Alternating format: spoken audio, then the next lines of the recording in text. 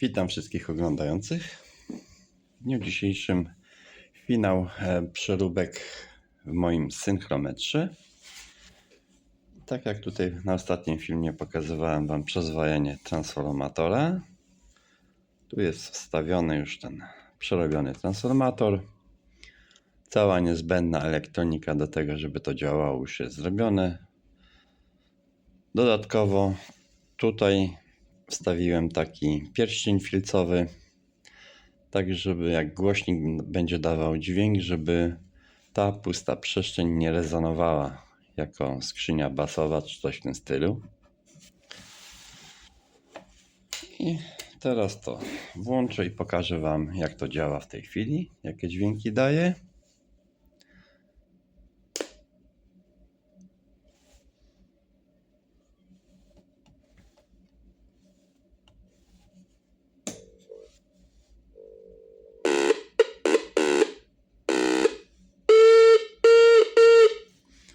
Tak jak ostatnio wspominałem, jeżeli skóra jest sucha, to wtedy jest inny dźwięk. Taki. Dotknę tak w ten sposób.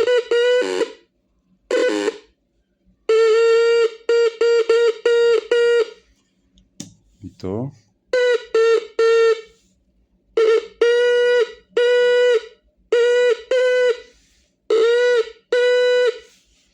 No i teraz tutaj.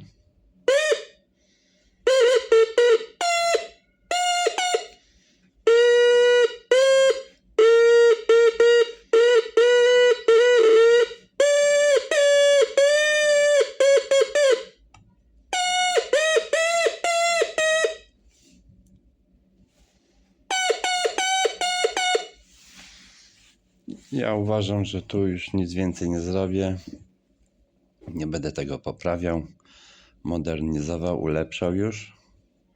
Efekt, który jest w tej chwili, jest, można powiedzieć, zbliżony w 95-6% do tego, co widziałem na filmach.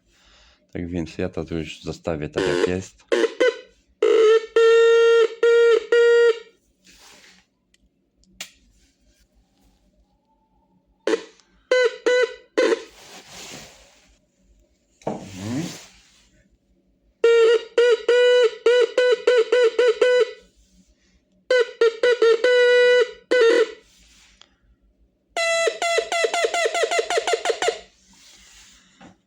Dobrze, tak jak sami widzicie, działa.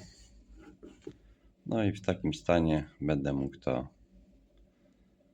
przekazać osobie, która to sobie zamówiła.